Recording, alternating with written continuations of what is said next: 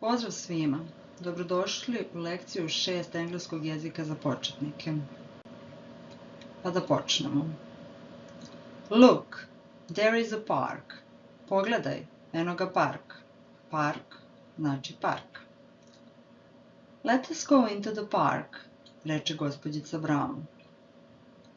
Hajdemo u park.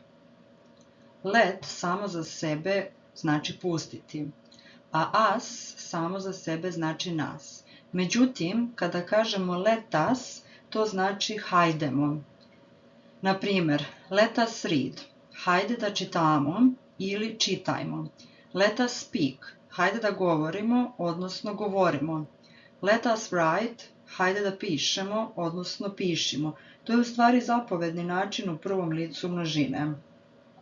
Također možda ste primetili da se naše u na engleskom kaže i in i into. Da vidimo u čemu je razlika.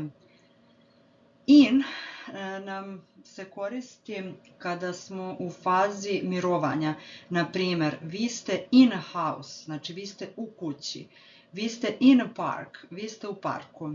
A into se koristi kada se krećemo, znači pravac kretanja.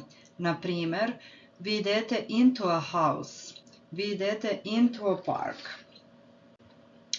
Dalje što smo mogli primetiti kada smo rekli let's go into the park, nismo rekli a kao što smo navikli, već smo rekli the park.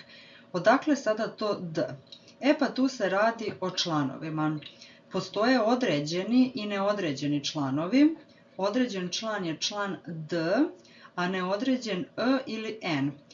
Sa e ili n smo se već sretali ranije, a d je ta novina. Sad, šta su uopšte članovi i kako se oni upotrebljavaju?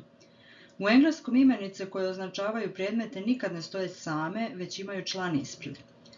Ako se govori o nekom određenom poznatom predmetu, upotrebljava se određen član, a inače se upotrebljava neodređen. Kako mi u našem jeziku nemamo članove, treba da zapamtite ovo pravilo.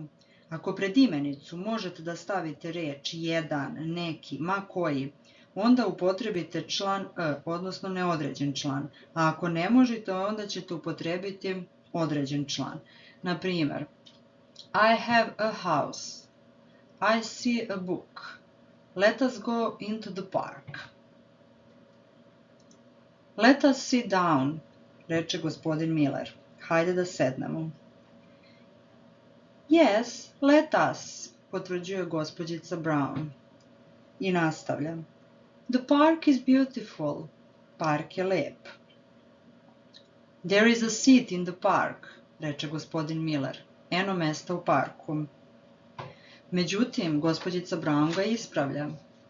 There are two seats. Ima dva mesta. Da vidimo o čemu se sad ovdje radi. U jednini there is, here is, znači eno, evo, a u množini bi to glasilo there are, eno, here are, evo. Da vidimo kako se sada gradi množina imenica. Množina imenica se gradi pomoću nastavka s ili s. Znači na kraj imenice samo ćemo dodati s i dobit ćemo množinu. Na primjer, books, streets, parks i tako dalje. Sada možete prevesti sljedeće rečenice na engleski jezik i naravno rješenje vas čeka na kraju sljedeće lekcije kao što ste to već navikli. I za kraj evo vam rješenje od prošle lekcije, pa možete uporediti sa svojim prevodom i provjeriti da li ste tačno uradili. I kako smo u ovim prazničnom raspoloženju, za sam kraj ću vam poželjeti Happy New Year, srećna Nova godina and Merry Christmas, srećan Božić. Pozdrav!